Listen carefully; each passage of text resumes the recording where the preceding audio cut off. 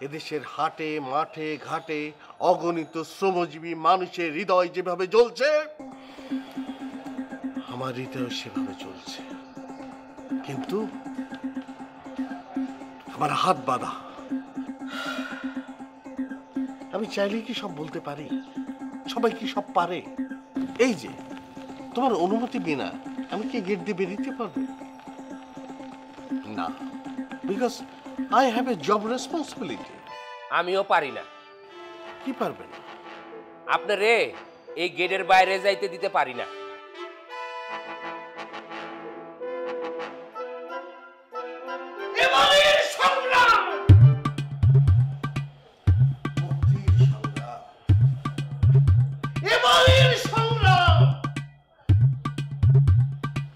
বেঁচে থাকার সংগ্রাম।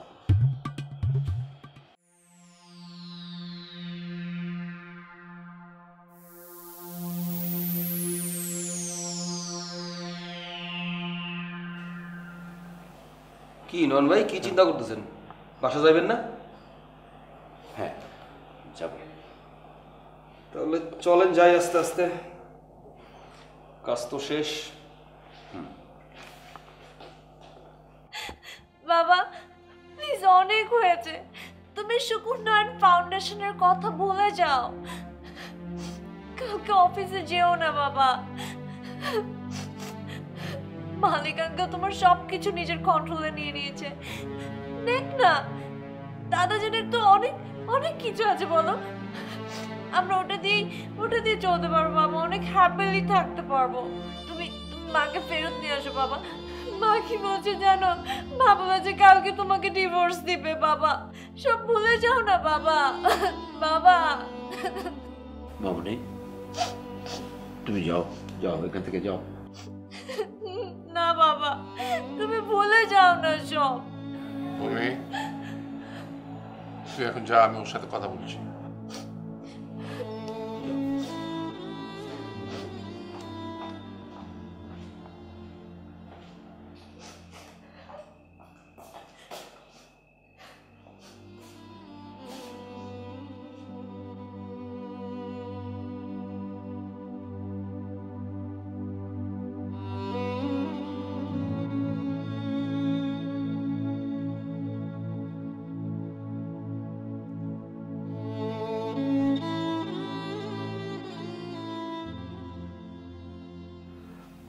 মালিক তোমার বিরুদ্ধে প্রতিশোধ নিয়েছে।